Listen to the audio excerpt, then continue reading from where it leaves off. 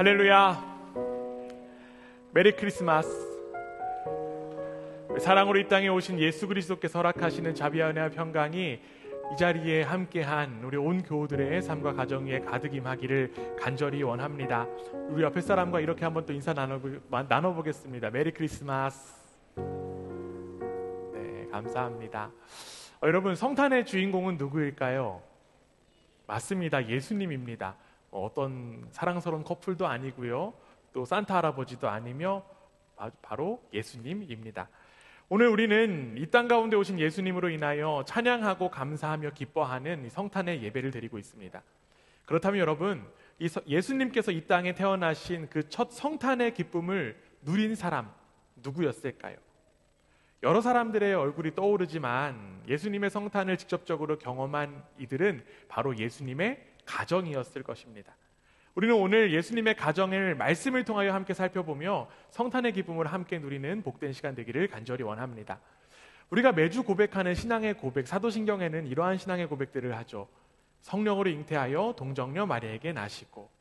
이를 통해서도 알 수 있듯이 우리는 예수님의 탄생에 대해서 어머니 마리아에게만 집중하거나 조금 더 나아가면 동방박사 또는 우리 목자들에게 시선을 두는 경우가 많습니다.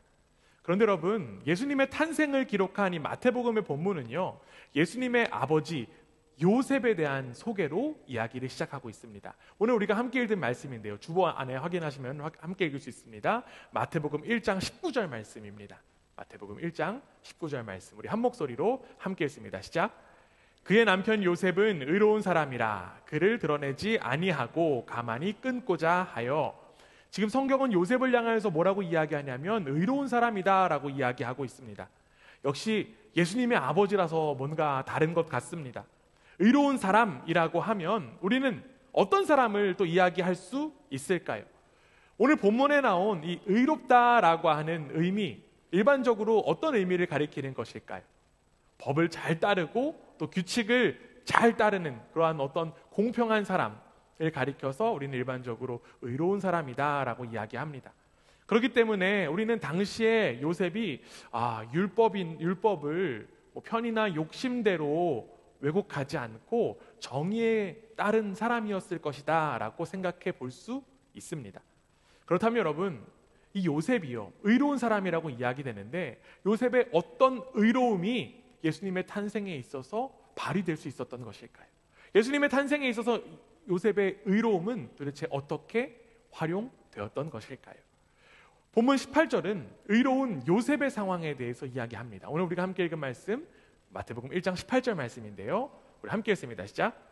예수 그리스도의 나심은 이러하니라. 그의 어머니 마리아가 요셉과 약혼하고 동거하기 전에 성령으로 잉태된 것이 나타났더니. 요셉은 약혼자인 마리아가 결혼하기도 전에 임신했다라는 사실을 알게 되었습니다. 유대인들의 약혼은요, 우리가 생각하는 그러한 일반적인 또 약혼과는 좀 다릅니다. 유대인들은요, 약혼, 단순히 결혼을 약속한다라고 하는 그 의미를 넘어서서 결혼의 첫 단계가 바로 약혼, 정혼으로부터 시작되었습니다. 그래서 오늘 표현된 이 약혼은 정혼의 의미가 더욱더 가까워요. 그렇기 때문에 오늘 우리가 함께 읽은 18절에는 요셉을 마리아 남편이라고 이야기하고 또 20절에는 마리아를 내 아내라고도 이야기하고 있습니다. 요셉과 마리아는 당시 정식 결혼을 올리지 않았을 뿐 부부와 다를 바 없는 그러한 사이였습니다.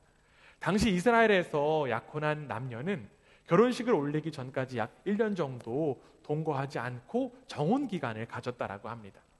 요셉과 마리아는 정혼한 사이였지만 정식적으로 결혼하지 않았고요, 정혼 기간에 있었기 때문에 마리아는 아기를 가질 수가 없었습니다. 그런데 여러분, 오늘 우리가 함께 읽은 말씀에 어떻습니까? 그런 상황 속에서 지금 마리아가 임신했다라고 하는 사실을 요셉이 알게 된 거예요. 여러분, 만약에 여러분들이 요셉이라면 어떤 생각이 들 수 있을까요? 요셉은 자신의 이야기가 아니라는 사실을 분명히 알았기 때문에 아마 두 가지 상황을 추측해 볼 수 있었을 것입니다. 마리아가 부정을 저질렀거나 또한 안 좋은 일을 당했을 것이다 라고 하는 추측을 할 수 있을 것 같아요. 이럴 경우 남자가 어떻게 처신해야 되는지 성경에, 특별히 율법 신명기 법전에는 그거에 대한 이야기를 담고 있습니다. 제가 주보에 써놨는데요. 주보 뒷면에 보시면 신명기 22장 23절에서 24절까지 말씀 있습니다. 우리 함께 읽습니다. 시작. 처녀인 여자가 남자와 결혼한 후에 어떤 남자가 그를 성읍 중에서 만나 동침하면 너희는 그들을 둘 다 성읍 문으로 끌어내고 그들을 돌로 쳐 죽일 것이니 그 처녀는 성 안에 있으면서도 소리 지르지 아니하였으며 그 남자는 그 이웃의 아내를 욕보였음이라. 너는 이같이 하여 너희 가운데서 악을 제할지니라. 남자가 이제 공개 재판을 딱 열고요, 여자가 어떤 이유로 임신했는지를 밝혀야만 합니다. 만일 이 임신이 부정한 임신이었다라고 하면 여자는 돌에 맞아 죽어도 마땅한 그런 상황이 지금 이들 가정 가운데 벌어진 거예요. 당시 법은 그렇다 치고요, 만약 여러분들이 정말 요셉이라면 어떤 기분이 들었을까요? 자신의 아이가 분명히 아니라고 하는 사실을 알았기 때문에 아마 요셉의 마음은 정말 속이 뒤집어지는 그러한 상황 속에 마음 가운데 있었을 것이었습니다. 이러한 요셉의 기분을 마태복음 1장 20절에는 이야기하고 있어요. 마태복음 1장 20절 말씀 우리 함께 읽습니다. 시작. 이 일을 생각할 때에 주의 사자가 현몽하여 이르되 다윗의 자손 요셉아 내 아내 마리아 데려오기를 무서워하지 말라. 그에게 잉태된 자는 성령으로 된 것이라. 지금 20절 처음에 보면 뭐라고 이야기하고 있냐면, 뭐라고 이야기합니까? 네, 우리 아이들 목소리만 들리면 안 돼요. 뭐라고 지금 20절에서 시작하고 있습니까? 그렇죠. 이 일을 생각할 때에 라고 시작하고 있습니다. 이 일을 생각할 때, 여기에 지금 그가 생각했다라고 번역한 헬라어 원어는요, 엔티메오마이라고 하는 단어입니다. 엔티메오마이라고 하는 표현은요, 두 가지 의미를 담고 있어요. 그 중에 하나는 지금 우리가 성경에 그대로 나타나고 있는 그가 생각했다라고 하는 표현입니다.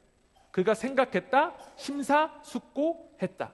그런데 여러분, 또 다른 하나는 어떤 의미가 있냐면 그가 화가 났다 또는 그의 속이 뒤집어졌다라고 하는 의미를 가지고 있습니다.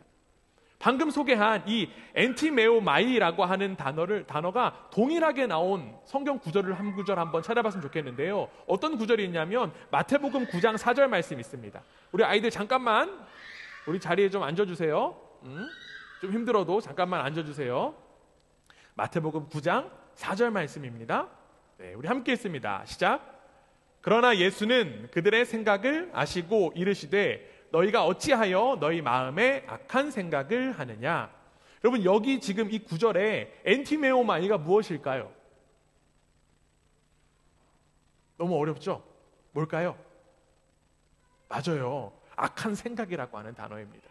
즉 사람에게 있는 분노와 관련된 단어가 바로 엔티메오마이예요. 요셉이 사람이기 때문에 분노하는 것 사실 당연한 모습입니다. 여러분, 우린 누구나 분노라고 하는 감정을 가지고 있습니다. 분노라고 하는 감정 사실 잘못된 거 아니에요. 왜 그러냐면 우리에게 주신 모든 감정은 다 하나님께서 주신 것이기 때문입니다. 그런데 여러분, 우리가 아무리 다 하나님께서 주신 그 분노라고 하는 감정을 가졌을지라도 우리는 이 분노에 대해서 어떻게 해야 될까요? 여러분, 사도 바울은 분노에 대해서 이런 이야기합니다. 에베소서 4장 26절 27절인데요. 분을 내어도 죄를 짓지 말며 해가 지도록 분을 품지 말고 마귀에게 틈을 주지 말라.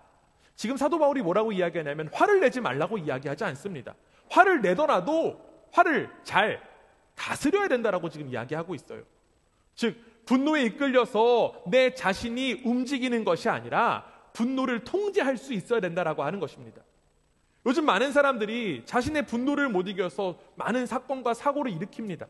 특히 분노 조절 장애라고 하는 병명이 많이 나오는 그러한 사건들은 분노가 우리를 어떻게 만들고 있는지를 보여주는 단면이기도 해요.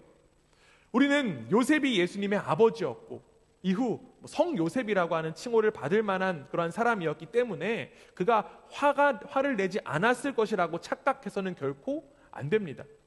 요셉도 우리와 같은 사람이기 때문에 황당한 상황 속에서 속이 뒤집혀졌을 것입니다. 하지만 성경은 그가 지금 화냈다라고만 이야기하고 있지는 않습니다.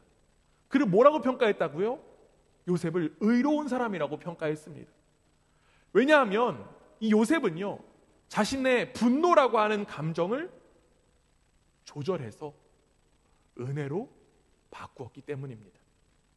만약 요셉이 이 분노라고 하는 감정에만 휩싸였다라고 하면요, 마리아와 파혼을 하고 그녀를 돌로 쳐 죽이는 것, 당연한 결과라고도 이야기할 수 있습니다. 그러나 요셉은 모든 사람의 반대를 물리치고 마리아를 아내로 맞을 만큼 담대함과 배포와 용기를 가진 사람이었습니다. 우리도 어떤 일을 만나게 되면 그 순간 어떠한 감정이 생겨날 수밖에 없습니다. 그리고 자신의 그 감정이 정당한 것이야, 나는 이렇게 감정해도 돼 라고 생각합니다. 하지만 우리는 그 감정에서 머무는 것이 아니라 그 감정 또한 은혜로 바꿀 수 있는 사람이 되어야만 합니다. 감정을 그대로 표출하고 표현하며 내 행동을 합리화하는 것이 아니라 그 감정들을 주님의 마음으로 바꿀 수 있어야 한다라고 하는 것입니다. 만약 예수님이라면 어떠하실까? 만약에 주님이시라면 어떠한 생각과 어떠한 마음을 가지실까? 이렇게 기도로 묻고 기도할 수 있어야만 합니다. 그리고 조심스럽게 행동해야 돼요. 이 부분에서 우리가 앞서 이야기했던 그가 생각했다라고 하는 그 의미의 첫 번째, 심사숙고했다라고 하는 의미를 한번 돌아볼 필요가 있습니다. 우리는 모든 행실에 있어서 조심스러워야만 합니다. 우리가 많이 사용하는 단어, 실천이라고 하는 단어가 있어요. 이 실천이라고 하는 단어, 여러분들 주보 뒤에 보면 제가 써놨는데요, 이 실천이라고 하는 단어 한자를 살펴보면요, 실은 열매 실자고요, 천은 발족자 변에 창과가 쓰여져 있습니다. 어떤 의미냐면 자신의 발을 창 위를 밟는 것처럼 사는 것이 바로 실천이라고 하는 거예요. 내가 창 위에서 걸어가는 것처럼 사는 것이 바로 실천입니다. 우리가 어떤 일을 행할 때 조심스러워야 된다라고 하는 사실이에요. 상황에서 벌어진 그 감정에 휩싸여서 행동하기보다 그 상황 가운데서 주님의 마음을 그 상황으로 비추어 보고 주님의 다스림을 인정하며 주님의 다스림 속에서 행동하는 것이 바로 하나님 나라의 백성의 모습인 줄 믿습니다. 그것이 바로 오늘 본문에 나온 요셉, 의로운 사람 요셉의 모습이었습니다. 요셉은 정혼한 마리아가 임신한 사실을 알게 되었지만, 그리고 분노했지만 결국 그 마음을 다스리고 어떻게 했을까요? 우리 다시 한 번 더 19절 읽어볼게요. 오늘 우리가 함께 읽은 마태복음 1장 19절 말씀 다시 한 번 읽습니다. 시작. 그의 남편 요셉은 의로운 사람이라 그를 드러내지 아니하고 가만히 끊고자 하여. 요셉은 마리아의 그 잘잘못을 따지지 않고 조용히 파혼하기로 합니다. 당시에는요, 이 여인의 잘못을 밝히지 않고 파혼을 하게 되면 풍습에 따라서 남자가 금전적인 보상을 해야만 했습니다. 요셉은 약혼한 여인에 대한 실망감, 그리고 마음의 상처, 더 나아가 금전적인 손실까지 감수하면서 마리아의 허물을 들추지 않았습니다. 여러분, 왜 이랬을까요? 요셉은 마리아를 긍휼히 여기고 배려해주는 사랑의 사람이었기 때문입니다. 요셉과 같이 자신이 손해를 보더라도 남을 배려해 줄 줄 아는 사람, 잘못이 드러나는 것이 아니라, 잘못을 드러내는 것이 아니라 허물을 덮어주는 사람이 바로 오늘 성경이 이야기하는 의로운 사람이라고 하는 것입니다. 앞에서도 말씀드렸듯이 보통 의로운 사람이라고 하면 법을 잘 따르고 규칙을 만민에게 공평하게 적용하는 사람을 가리켜서 의로운 사람이라고 이야기합니다. 그러나 오늘 성경 속에 나온 요셉은 이와 같은 의로움보다 더욱더 높은 차원의 의로움을 가진 사람이었습니다. 즉, 요셉은 율법이 기대하는 윤리를 뛰어넘어 더 높은 차원의 정의에 순종한 사람이었습니다. 그렇다면 여러분, 요셉이 순종한 그 높은 차원의 정의, 그 의로움은 무엇일까요? 우리가 아는 정의와는 다른 그 정의는 도대체 무엇일까요? 우리는 이 정의에 관하여서 성경에 귀를 기울여 보기 원합니다. 이사야 42장 3절 4절 말씀이에요. 우리에게도 너무나도 익숙한 말씀, 이사야서 42장 3절에서 4절 말씀입니다. 우리 한 목소리로 함께 읽습니다. 시작. 상한 갈대를 꺾지 아니하며 꺼져가는 등불을 끄지 아니하고 진실로 정의를 시행할 것이며 그는 쇠하지 아니하며 낙담하지 아니하고 세상에 정의를 세우기에 이르리니 섬들이 그 교훈을 앙망하리라. 아멘. 주변에 안 써있나 보네요. 네, 우리에게 익숙한 말씀이에요. 찬양으로도 고백하는 그러한 고백들인데요, 이사야 42장 말씀, 이 이사야의 예언은 고난당하는 종을 이야기하고 있습니다. 하나님은 장차 이 종을 통해서 역사 속에서 구원을 행하십니다. 그런데 지금 이 종이 따르는 정의가 뭐라고 이야기할까요? 지금 여기에 어떤 표현이 나오냐면 갈대가 나와요. 그 당시에 갈대는요, 펜으로 사용되거나 집이나 배를 만드는 데 사용되었습니다. 그렇기 때문에 상한 갈대는 아주 쓸모가 없는 것이었어요. 그래서 불태워져야 마땅한 것이었습니다. 또한 옛날에 조그만 그 진흙 등잔에 불을 켰고 그 등잔에 기름이 떨어지면 반드시 심지를 꺼야만 했습니다. 왜냐하면 불타서 끊어지면 이 불붙은 심지 꼭지가 등잔에 떨어질 경우 불이 날 수 있기 때문에 그렇죠. 그렇기 때문에 꺼져가는 등불을 끄는 것은 굉장히 당연한 일이었습니다. 그런데 지금 이사야 42장이 묘사하는 하나님의 종은 어떻습니까? 상한 갈대를 꺾지 않고 꺼져가는 심지를 끄지 않는다라고 이야기합니다. 그 종은 이렇게 정의를 이뤄냅니다. 결국 지금 이야기하고 있는 높은 차원의 정의는요, 약하고 지쳐 쓰러지기 직전인 사람에게 사랑과 긍휼을 베푸는 것입니다. 보복으로 지키는 정의가 아니에요. 법을 적용하는 정의가 아닙니다.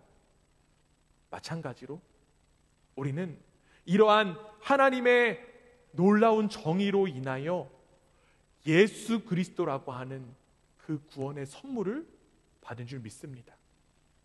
요셉도 바로 이 마음으로 마리아를 대했어요. 율법이 요구하는 처벌을 넘어서 자신보다 더 혼란스럽고 상처 입고 지쳤을 마리아에게 요셉은 사랑과 온유함으로 다가갔습니다. 성경이 성탄을 통하여 전하고 있는 진정한 의로움은 바로 사랑과 온유함이 풍성한 의로움입니다. 여러분, 사랑과 온유함이 없는 의로움은 사실 죽은 의로움과 마찬가지입니다. 성경 잠언 17장 9절에는 이러한 말씀이 있어요. 허물을 덮어주는 자는 사랑을 구하는 자요, 그것을 거듭 말하는 자는 친한 벗을 이간하는 자니라. 아무리 선한 일을 해도 사랑이 없으면 아무것도 아닙니다. 사랑이 없으면 내 자신의 잘남, 내 자신의 의만 드러나기 때문에 그렇죠. 어떤 사람은 자신의 생각과 행동이 진실하다라고 하면서 다른 사람들, 잘못한 사람들을 강렬하게 비난합니다. 그러나 그런 것들은 의로운 것이 아니라 오히려 찌르는 가시에 불과합니다. 그 안에 반드시 사랑과 온유함이 있어야 진정한 의로움이 될 수 있습니다. 이러한 한 사람의 의로움으로 말미암아 예수 그리스도의 탄생이 이루어지게 되었습니다. 오늘 우리가 함께 읽은 마태복음 1장 21절 우리 함께 한번 읽어봅니다. 마태복음 1장 21절입니다. 함께 읽습니다. 시작. 아들을 낳으리니 이름을 예수라 하라. 이는 그가 자기 백성을 그들의 죄에서 구원할 자이심이라 하니라.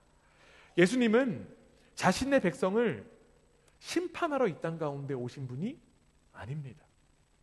예수님은 구원하러, 하나님의 백성들을 구원하러 이 땅 가운데 오셨어요. 여러분, 죄인인 모든 인간은 죽어 마땅합니다. 죽어야 해요. 죽음으로 값을 치러야 됩니다.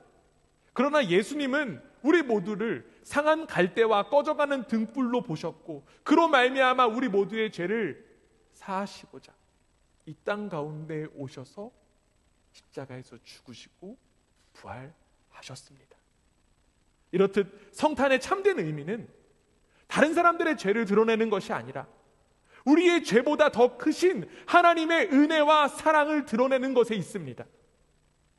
의로운 사람 요셉도 마리아를 사랑과 온유함으로 대했고 그의 마음에 주님의 긍휼하심이 임하여 예수 그리스도는 이 땅 가운데 태어날 수 있었습니다. 마리아의 허물을 덮어준 이 의로운 요셉은 하나님의 말씀을 듣고 그대로 믿고 순종했습니다. 함께 읽은 마태복음 1장 20절 말씀입니다. 우리 함께 읽어봅니다. 시작. 이 일을 생각할 때 주의 사자가 현몽하여 이르되 다윗의 자손 요셉아, 내 아내 마리아 데려오기를 무서워하지 말라. 그에게 잉태된 자는 성령으로 된 것이라. 아멘. 이후 요셉은 주의 사자가 전한 대로 임신한 마리아를 데려와서 결혼했고 성령으로 잉태한 아이가 태어날 때까지 기다렸습니다. 요셉은 하나님의 약속의 말씀을 듣고 기다리며 순종했어요.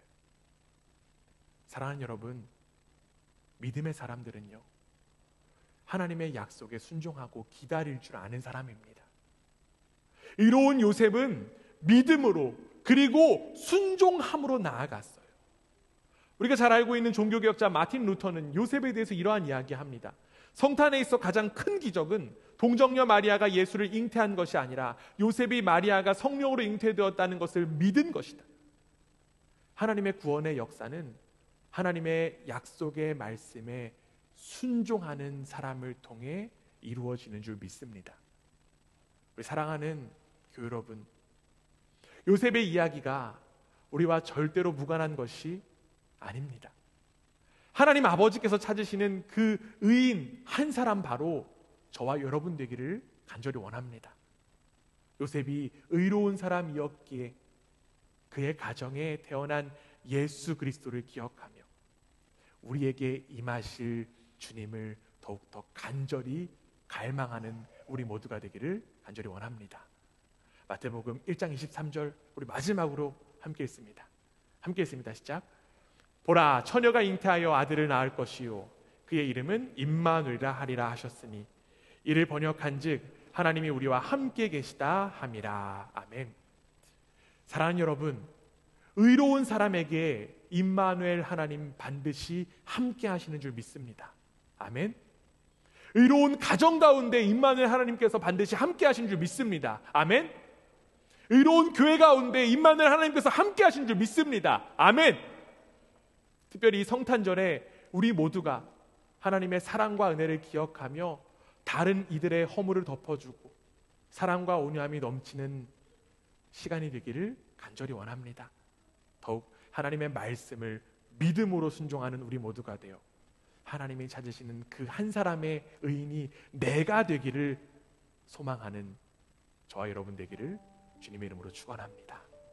이렇게 한번 인사하겠습니다. 주님이 우리와 함께 하십니다.